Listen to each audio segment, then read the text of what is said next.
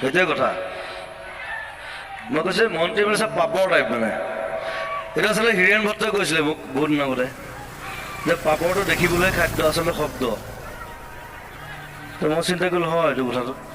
আৰু মন্ত্ৰী M L এবিলাক কেনেকুৱা মানে লেকচাৰ বেছি মাৰে একো কাম নকৰে মন্ত্ৰী এম এল এ চব